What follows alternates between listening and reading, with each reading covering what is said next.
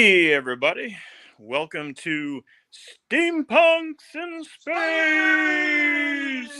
I like big builds, and I cannot lie.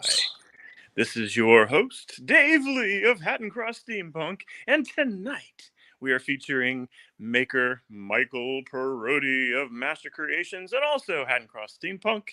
He just can't decide which one he wants to be with, so he's got two. We also have Sherri Lehmbeck out of Tennessee and Jeff Church out of North Carolina. Are you all able to hear me okay?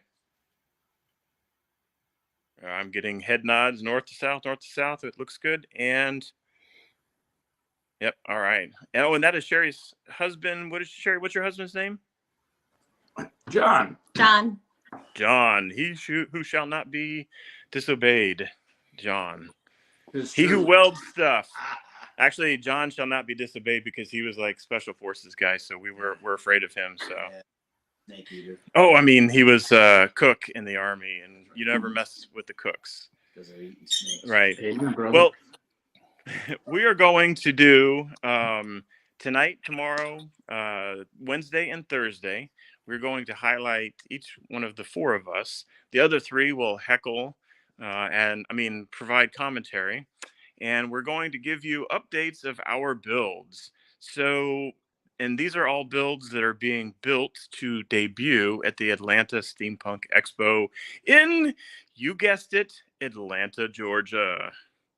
All righty, our first guest tonight is the Honorable Michael Parodi. Hey, good evening. How you doing this evening? So I'm the first one in the queue, so I get to be the guinea pig. Is it age before beauty? Age before beauty, that's right. So I'm looking forward to Atlanta Steampunk Exposition this year. Last year we brought vehicles, had a backdrop and everything. I've got big plans for another backdrop.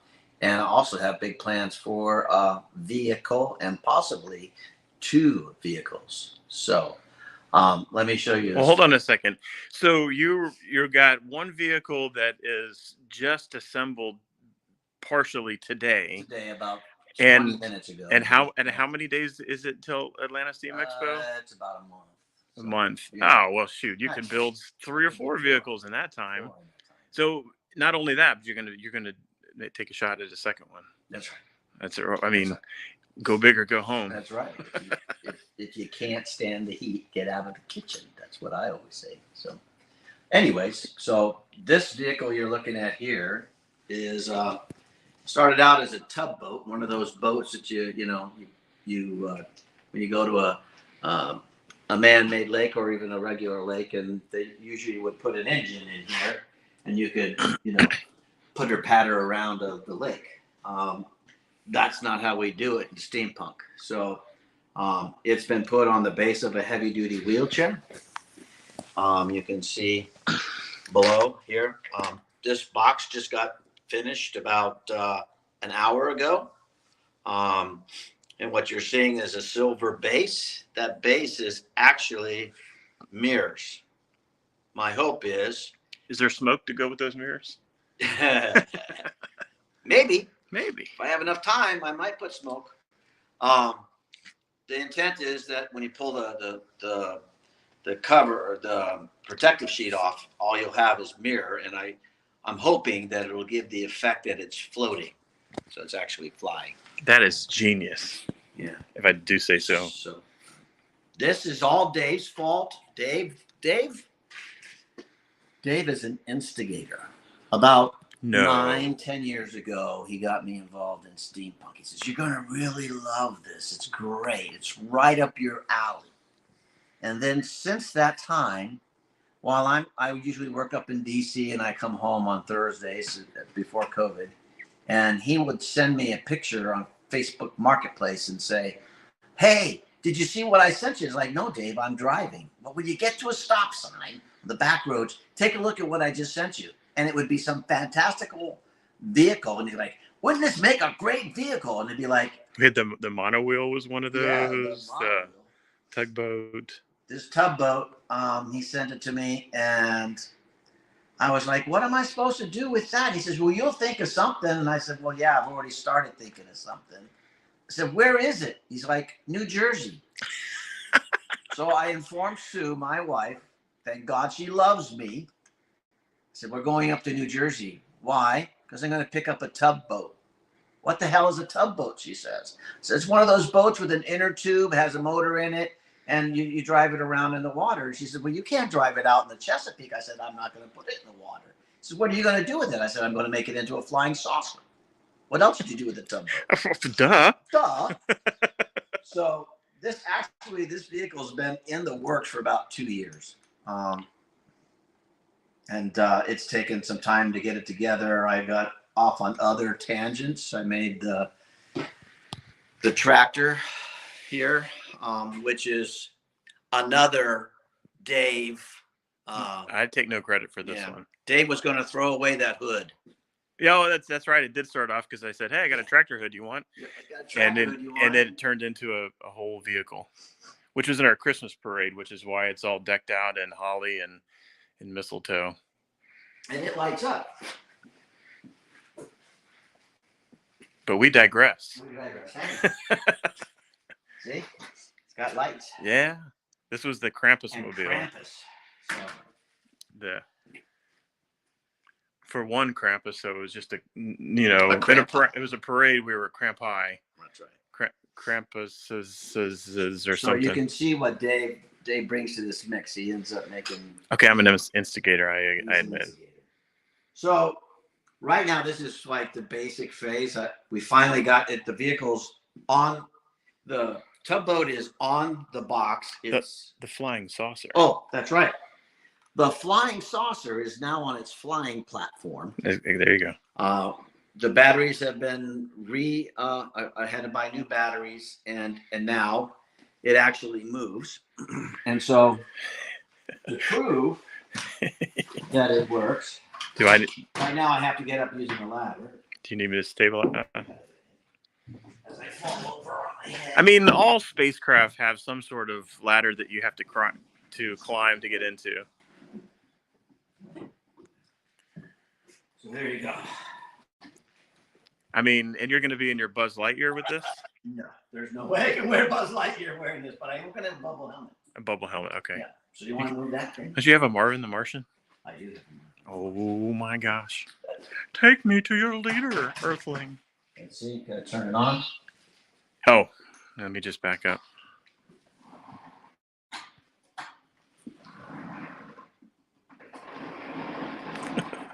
No sudden turns, Mike. You might roll. We haven't tested the roll feature of this. I mean, if it does, he's got an inner tube, so in theory he should be okay. But so this is the first time you guys are seeing. It's the first time we're seeing it move. Time you've seen it move. So it's pretty good. And what's good about this is the zero turn. And so the inner tube is also going to be good for going down convention hallways and kind of, well, yeah, you don't want to run them over, but if you can bump them out of the way, that's not bad, right? I'm sure like Bill and Gabi won't be upset about that. So tell me your control panel you got going on. The thing I like about Steampunk is you go out and you get things and you use them for something other than what they've been intended. This is a little plastic radio flyer, and it was for a toddler, had wheels on it. But in Steampunk, you look at something differently than what it was meant for. You see potential. That's right, for the potential. This is going to be the dashboard, and there'll be lights in here. And what is the lights that go in there? What is that? It's a Simon Says. Why no? But tell us. It's a Simon Hold on. Says. You gotta So, I think Mike should use this Simon Says as. I think we need to figure out a way, Jeff, where we can wire it so that if you enter the light pattern correctly, then it will start. Otherwise, you're dead in the water. On like level 12. Yeah, level 12. So that's going to make noise. Boy. You don't drive.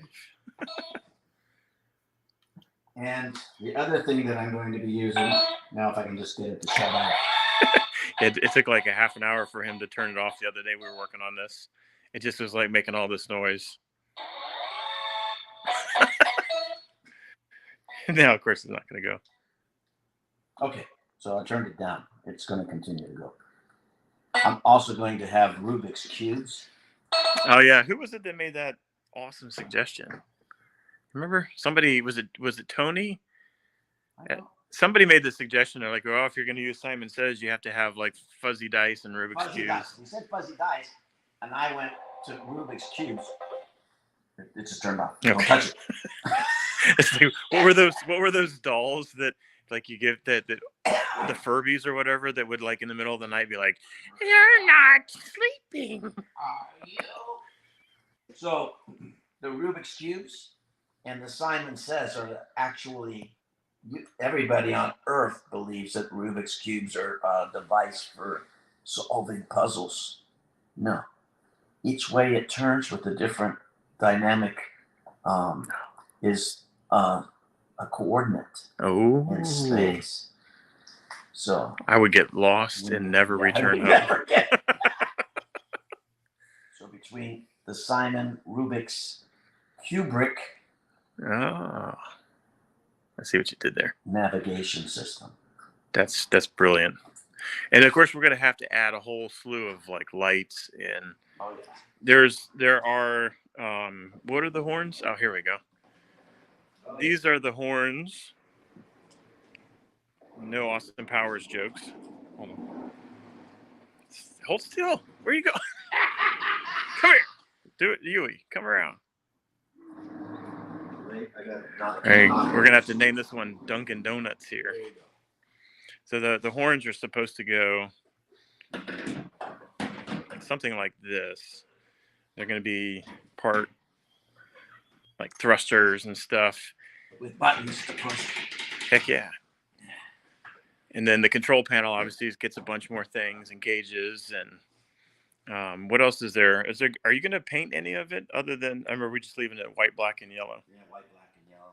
I'm going to put the seat will be a alien kind of malachite green fabric. Okay. So it has this spacey look. And I was able to find a contact paper that matches the fabric. So there will be an insert in here with the malachite green pattern. So it'll all tie together. And then there will be some foot rests up here because I'm a small guy. Dave won't be able to drive this particular vehicle. I'll look like one of those drawings of like the monster and the hot rod and his head sticking out of the car. I'm going to put footrests up here so I can actually put my feet up. So, and then I'll be blinging it out with, more gauges, and I've got a couple of ideas coming in. I thought what would really trick this thing out is one of those old style TV antennas, the circular ones with did you use the rabbit ears with the dials and everything? Mm-hmm. So that's going to go in the front. Mm. Well, that looks like every Martian helmet ever made. Exactly. Having the antennas. That's a awesome idea. Yeah. So and then I'll be wearing a diaphragm. I'll be wearing a bubble helmet while I'm driving it around. So. And do you have any advice for anybody making bubble helmets? Since then there will probably be quite a few people doing that, so they don't end up like me. Fogging up and so fans are your friends. Fans and hoses. And the hose needs to not necessarily feed you. The hose needs to be blowing air onto the surface of the globe so it doesn't fog up. I've learned that the hard way. The first Buzz Lightyear I had no fan in it. And I was breathing out, and then people couldn't see my face, and I couldn't see where I was going. So for the first con, I ended up having to... My dog just pushed her way in. The dog just opened the door. Hey there.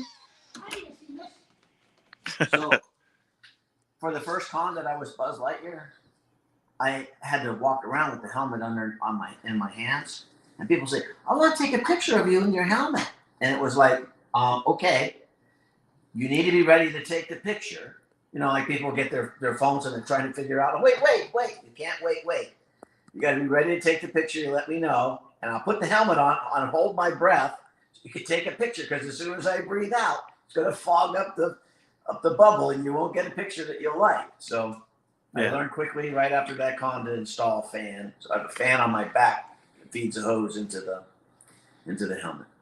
Are there any more additions to the spaceship in the works? Well, lights, like you said, I don't know. You know, I have the basic stuff that I'm going to put on here, but Steampunks.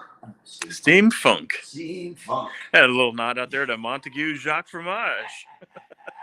Steampunk is something that I kind of just go with the flow. And, you know, my buddy Dave Lee says, if you're not going to punk it out and go over the top, then you're wasting your time. So go big, go gaudy, or go home. I don't know that I ever said go gaudy, but or maybe I just am that way.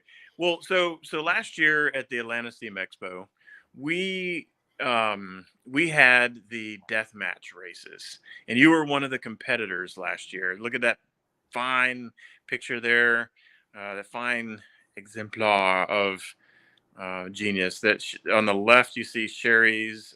What was the name of that? Hot Mess Express. It was the Nightingale. The Nightingale, but you just called it the. I didn't make that up. The driver's the Hot Mess Express. I'm the Hot Mess. My vehicle was the Nightingale, or is the Nightingale. And that was built by you and your husband, and that was like, I mean, I there are stains in that. Hold on, let me finish. There are stains in that vehicle from me drooling on it, because inside it was an ambulance, and I got to like go in there and sit down, and it was awesome. There's so much detail, and Mike, you had Sparky the seahorse, right? That was cute. Yeah. Who won actually? Was it you did? I thought Sherri did. No, Sherri. She had too much junk in her trunk.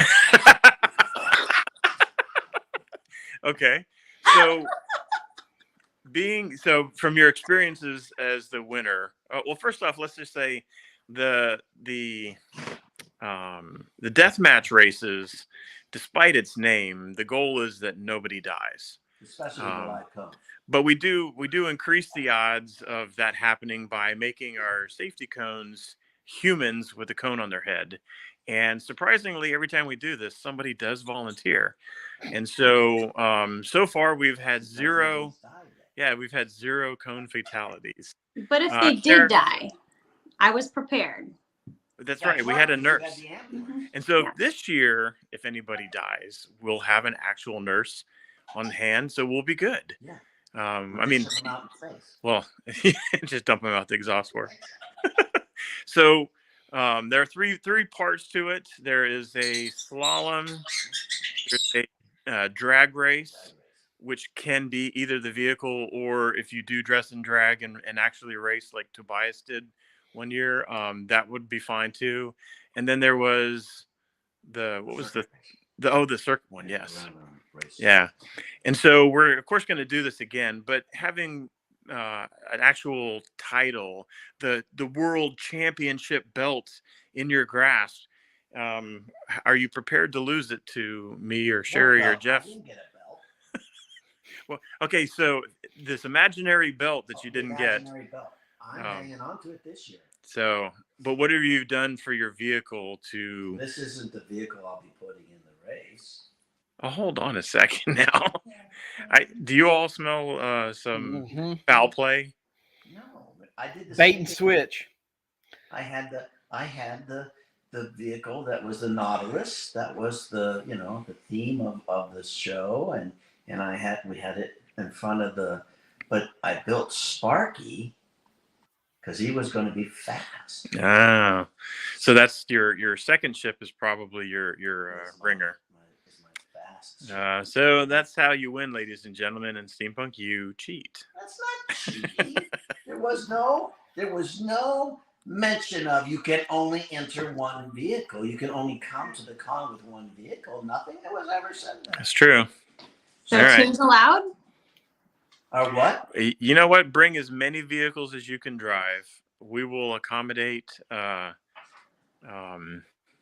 we'll figure out a way to make it work. And we even had one year, John and Sabrina Floyd entered the deathmatch races in a vehicle that was comprised of entirely of cardboard boxes, and And they were the modus operandi. they did win too, didn't they? Yes, they did. They were hilarious. Because the rules don't say that it has to be electric or steam or Yep. It just has to be a vehicle. So they had a cardboard box with numbers on it, and they ran around the course. They had a very good time. Oh yeah, that picture you're looking at now is 2 years ago, possibly 3, because I haven't had those vehicles there at Atlanta in quite some time.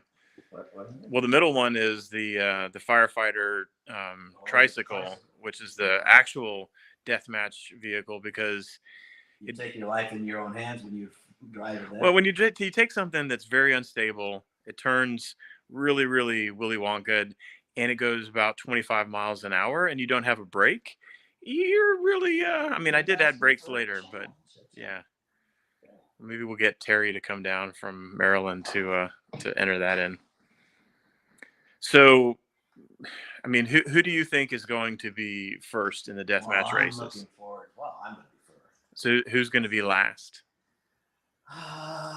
Usually it's you. Actually, it is, because something doesn't work. He's out there going like this, trying to get the. See, I want to see this in the race, because last time the race was on a slope, and the wheelchairs that have a bunch of weight, that are zero turn, they don't do well on slopes. That's right. And so I was hoping that you would race this, because you'll just sit there and do U-turns like I did the whole time. But I managed to not kill Jeff's wife, Jenny. She was my passenger, and she was in there having a great old time, or screaming, one of the two. I couldn't really tell. This year she's going to be a driver. Oh, that's right. Yeah. I build it, she drives it. So maybe what we can do now is maybe each one of our esteemed guests can tell us, not tell us, but give us a hint, a clue, a teasing, if you will, of what we might look forward to seeing when it is your night. Because Sherri, you are up tomorrow night, if I understand correctly. Yeah. Right? I guess so. So what does the Hot Mess Express have in store for us? But don't tell us, just tease us. Oh, Made out of wood. it's made out of wood. It's really long. Ooh. It'll probably shoot something out of the front of it. Maybe something out of the back. Remember, this is a family-oriented event. How do you get families? There you go. I don't know what you're thinking of. I just described my build perfectly. Well, I guess we just have to look forward to seeing what you have in store tomorrow. Yes. Well, Jeff, what do you have on Wednesday? My Mars Venus rover is right back there. This is my first build, so it'll be interesting. Well, you say it's your first build, but it is my first build technically. But there have been many conventions where I went to where I was using one of your props that you made for me, and everybody's like, "Oh my God, you're such an amazing maker!" And I'm like, "I know." I never finished any of those. I made parts. Well, so show them the part that's in the. Oh yeah. Okay, this is Sherri. Control yourself, but I'm gonna have to take the camera down in between Mike's legs here. What's that supposed to mean? This lever here. Now I'm reaching in between Mike's legs, grabbing the lever. That's not right. Family show. This is really cool because on Remember that, Jeff? Yeah. On these wheelchairs, they have two little levers in the front that put it in neutral or put it in drive. And it's impossible to push it around unless you put it in neutral. And it's impossible to drive it unless you put it in drive. And so when you build a big old clumsy thing around it, you can't get to those. Well, Mike designed this and Jeff built it, and we just installed it like 20 minutes ago, and it worked. So it flips the lever. You can see the little yellow piece there is the neutral and drive. So looks like a nice stiff rod to reach for. That's right. Yeah, it's a little cold. I love how you guys are like, oh, I'll build another vehicle between now and then. I spent 8 hours today on 2 drive axles. And breaking a rim, I heard too, right? Yeah. So Amazon emergency shipment of 2 rear tires and rims, because do not try to put a tire back on a rim by hand. I eventually got frustrated and just started hitting it. Is it electrical? Yes, the vehicle's electric. Wow. Boogie, boogie, woogie. I want to see it. I'm looking forward to seeing it. Yeah, so Jeff says this is his first vehicle. Come in Wednesday, and I'll have it closed. It may still not have back tires, but it'll be up on jacks. It is. It's on blocks right now. It's in a bad part of Venus. But you left it out there, and the Venusians took your tire. Yep.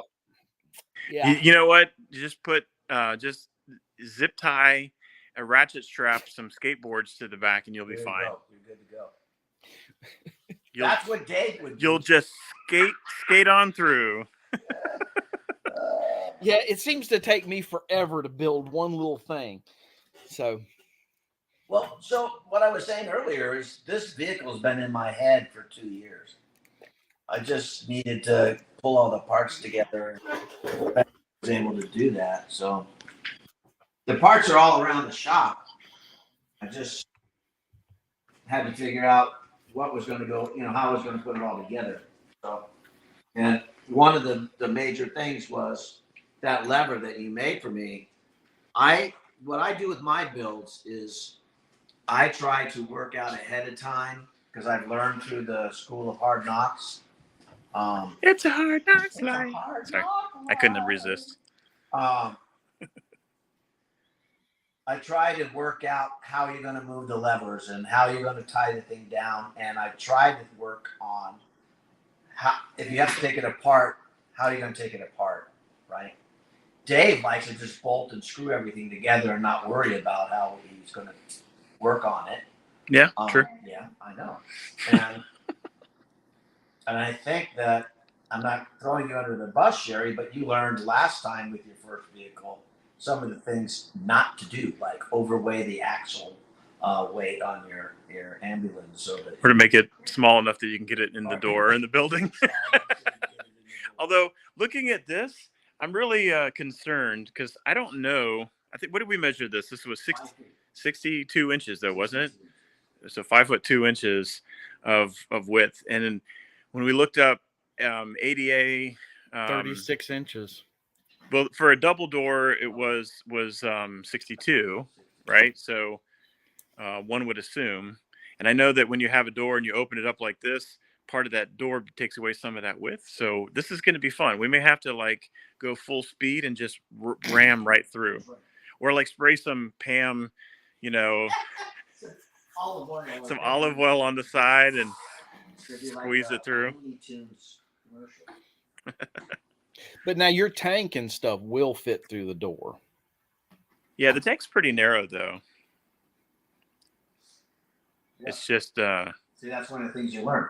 So those of you who are out there in steampunk land, Dave and I will be giving a class or a panel on big builds, because we love big builds. And we cannot lie. I think Sherri is going to join us on that, too. Yeah. In fact, we should have Jeff in there as well. Yeah, just have the whole, what's it, not a trifecta, what's a 4-person quadfecta? It's the quadfecta of bakers. Buy your tickets. There's a link right there where you can buy your tickets for Atlanta Steampunk Expo. You don't want to miss out. It's going to be fun. And I was even trying to talk Roland von Hannenberg. He's a German friend of mine over in Berlin. I was like, look, I've even found him plane tickets from Berlin to Atlanta. no layover, $400. Like, Wow. there's really not a lot of excuses not to go. Yeah. I'm just saying, you're gonna have a lot of fun. First time of the year for me, so I'm looking forward to it. And of the four of us, one of us is pretty enough to just come just to look at that, and that's Jeff. Yeah. I mean, look at that magnificent beard. I mean, look at that beard, man. I know. I'm shaking my camera because it's getting me flustered. But no, seriously though, to get your tickets for Atlanta Steam Expo, I think we should switch to the questions part. If there's anybody in live land, or if we're just talking to ourselves. So I see a question here. How long do ideas and conceptions take to form into realities? Ooh, Mike, how about you first? For me, like I said, this has been 2 years. I had this in my head as soon as I picked up the tugboat of how I was going to do it. I've had these pieces for 2 years. It's taken me this long to put it together because work and COVID. But we haven't been working on it for 2 years. We've only been working on it for a couple of weeks. We worked on it for a couple of weeks. Yeah. But you've had other builds that you conceived, built, and were done in what, 2 weeks? So it really depends on, I guess, what you have available and the inspiration. What about your brass? Yeah, your collection of stuff to pick through. You don't see it behind the What about you? What about you, Jeff? We designed the vehicle on the way back from Atlanta last year. So between the time we left the con, Jenny was like, I want to race. I want a vehicle, because she was your passenger and loved it, had such a wonderful time. So we basically sketched out the idea on the way home from Atlanta. And then I procrastinated. I got parts and pieces. And then really I'm about 100 hours into it so far. Oh my gosh. Yeah, but I know, like, people are going to look at mine and they're going to go, wow, you spent a lot of time bolting stuff to this. Yours is, people are going to look at and be like, oh my God, you machined every single like centimeter of this thing. So I know that that's probably what I'm looking forward most to, is to seeing, like, an actual, like, if you don't build vehicles and you build vehicle, then, you're kind of winging it or inventing, but a car manufacturer builds one and it's like a level of perfection. And that's what I'm like not expecting to see, no pressure, but that's what I'm looking forward to see about yours. I think the biggest mistake I did of this build is I started with an ATV frame, and it was not an expensive ATV frame. And I shouldn't have done that. I should have started from just raw steel, and it would have been easier. Yeah. What are you going to transport it in? It fits in the back of the truck. There you go. Yep. It's 32 inches wide and 5 feet and a few inches. So it'll go into the truck between the wheel wells and close the gate. I know your dimensions are based solely on pure logic, but we're going to take credit for that. You listened to us, and that's why you did it. Fit indoors. Yeah. Remember, I called and talked to you for a while about the tank and what you liked, what you didn't like, and then of course ADA, gave me some hard numbers for it. Yeah. For those that don't know, ADA is American with Disabilities Act, which tells hotels and public buildings the rules that they have to abide by, so that folks with disabilities are able, that they're able to get access to that particular building. What about you, Sherri? How long does it take you from form an idea until it turns into reality? Like Jeff, as soon as I heard that the next convention was going to be for Spaaace, I was already thinking stuff. I had paper and a pen or pencil all the time, sketching stuff out. And then it kind of went on a shelf for months because I got busy and I had to go to work. But but it can take a while, and just a lot of research to figure out how I want it to look and how it can look. And he's got to give me guidelines of like what we can build with our knowledge. And sometimes I have to bring my dreams kind of down a little bit because I don't build stuff good. well, he tries and we try together. So, Well, I mean, a lot of fun. If the Nightingale is any indication of what the two of you are capable of with your very, very first build, I mean, I'm really excited to see the new one. I mean, I'm a little worried about the description, long, hard, and something shoots out. But hey, I'm really looking forward to see what you guys are bringing to the table this year, because the Nightingale was really a fantastic vehicle. well, Yeah, it was very inspirational. Yeah, I'm glad. Yes. But let's remember, the Nightingale was also built on a golf cart base. It didn't fit in the hotel. It had all the room to put all the gadgets and gizmos. This next build is not that big because it will go into the hotel this time. And it is skinny and long, and it will not be able to house as many cool things. But we do have a couple cool surprises in store that are working, which is so cool already. Oh, and you've been teaching yourself electronics too. I have. Yeah. I'm so excited. Yeah. Yeah, I was like, Awesome. that's not beginner stuff right there. A double pull, double throw switch to reverse polarity. You do know that that's only for things that can handle reverse polarity, like motors and fans, right? Not that you. Nope. I didn't know that. What's that mean? Okay.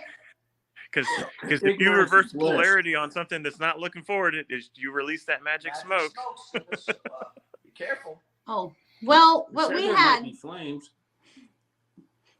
What we had was supposed to have, go both ways. So Yeah, I know. I'm just teasing you though. Yeah. But I mean, but that's not beginner level like switches and stuff, because it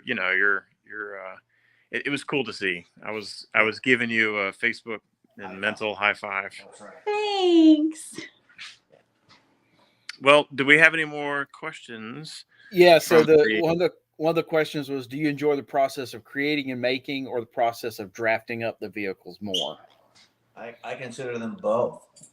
I've spent 20 years as a program manager, so I can't think in any other way. I draw out a vehicle, and then I think about how I'm going to tear it apart into different pieces and put it together. That process for me is it's part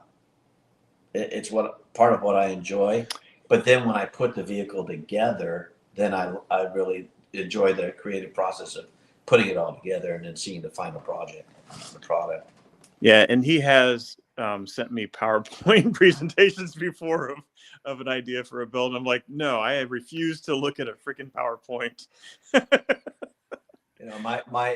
My airship I drew out basically with draftsman type drawings, and then I had my son-in-law. I can't do what Jeff does. I don't machine, I don't weld, but my son-in-law welds, and I had him make the frame. By the time I got done with it, it looked almost exactly like I had envisioned it. So yeah, and it was really, really cool. And that question was, so the next question okay, you know what? I'm going to stop. Sherri, Jeff, would you like to answer the question too? Go ahead, Sherri. Yeah, so I absolutely enjoy the process of thinking it up. I don't know that you don't. You don't know, but when my brain gets going, it goes a million miles an hour, and I can think of 1,000 ideas, and then I get to think of how to make it happen. And then I have to remember that I don't know how to make that happen. So I have to think of other ways to make that happen. And that's just, the challenge is so exciting to me. And then building it, since there's so many parts and pieces, I would think that the monotony would get to me, but there's no monotony because there's always something I have to figure out. And there's always something that he's got to say, what are you doing? And I'm like, don't ask questions. So the process is definitely fun, building it, but also coming up with all the drawings and all the ideas. And I definitely get lost in my head for a while. I tell my family, Mommy loves you. Goodbye. I need a dream. So, yep. It's better for you this way. Goodbye. Yeah. Don't talk to me right now. I know you're talking to me, but really, like, my kids will actually say something to me and I want to respond, but then my brain jumped over to the next thing that I can do, like my next really cool idea of what I want to do. And then I'm like, no. Your child's talking to you. Pay attention. And it's kind of bad. But it's, in the beginning, my wife used to say, "Tell me what you're building," when she wanted to go to sleep, and I would tell her what I was envisioning. But now it's like so complex and weird that she's like, "No, don't tell me, because I'm not going to be able to sleep now." What about you, Jeff? Process? The making is easy. That's the easy part of it. The creative side is the growth for me. That's the hard part. It's putting something on and going, well, that doesn't actually do anything. And so, yeah, that's the hard part is, and like reaching out to like plastics and paint instead of like, hey, that's supposed to be brass. All right, let's cast a piece in brass and machine it out of that. So the creative process is a real growth for me. I enjoy it. It's just, it's a lot harder. Is it because you're trying to follow rules? Like, are you putting rules on this genre? Yeah, you know, it's like, oh well, if that gauge is going to be on there, it's got to have something attached to it that actually does something instead of just, oh look, it can be pretty. You know, I agree, but you know how to do that, so that's cool. I feel like you're targeting me, Jeff. I feel like he's targeting me too. Because I have gauges that just look pretty, and that's what they're gauging is whether you're paying attention or not. My gauges were made out of peanut butter jar lids and printed gauges. They weren't even connected to anything. They're connected to glue. They were connected to glue. Yeah, they looked pretty. So I spent 4 hours. I spent 4 hours making a gauge that measured the battery to put it on the dashboard so that when you turn the thing on, the gauge actually shows you the battery charge. Wow. That's why it takes me forever. I think it is so cool that you're making stuff work. Like, I have all these ideas and they're just going to be pretty. Well, some of my stuff will work, but I love that you're building that vehicle like with nuts and bolts from the bottom up. That is just wow. And somebody asked if we test as you build or just build and cross your fingers. I test all my parts to failure for the first time and then do it a second time. But you test them to failure? Yeah. Wow. Oh. Well, dedicated. We usually fail when we get to the con, and it doesn't. Yeah, it's like it still may fail when it gets to the con, but yeah, everything gets done twice so that test to failure. Well, we got our 5-minute warning about 8 minutes ago. So I saw there was a question from Wendy. Wendy, we will get that question to you tomorrow. Make sure you tune in. Again, same time, same bat channel for tomorrow. We'll be talking to Sherri and John. Eastern Standard Time. Eastern Time. Whoops. Yes, 5:30 Eastern Time, or no, 6:30 Eastern Time, whatever that is in 5:30 our time. Gotcha. I was on the ball, but I wasn't on the ball. Not by your Well, time. we'll look forward to seeing you tomorrow and hearing all about what the Hot Mess Express is cooking up for us. And don't forget to follow the links to get your tickets for the Atlanta Steampunk Expo. It is February 13, 14, 15. It's like it's 10th Valentine's weekend.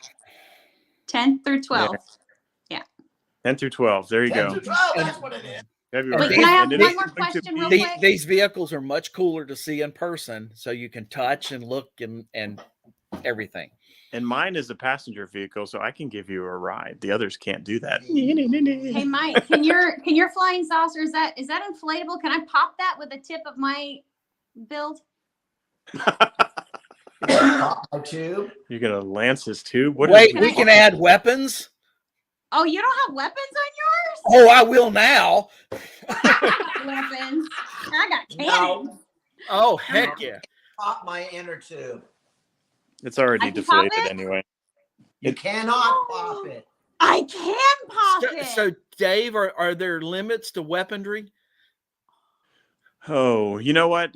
Gabi might reach through this video thing and smack the heck out of me. So I'm not going to answer that. I will answer that on Thursday. We will discuss the weapon Factor. the weapon factor, the weapon X factor on Thursday. Or tomorrow, because we're gonna have to address mine, I guess. Yeah, we're not Oh yeah, we will talk about it tomorrow then. And we'll talk about it tomorrow. All righty. Well, thank everybody for dialing in and joining up. Thanks for however many folks were in watching us live, and share the links to this around if you would, please, because we would love to drum up as much support and advertising for the Atlanta Steampunk Expo as we possibly can, because we want to see as many of you as we possibly can. Absolutely. Don't forget to go to AtlantaSteampunkExpo.com. No pressure. All your steampunk event needs. Bye. Bye. Bye.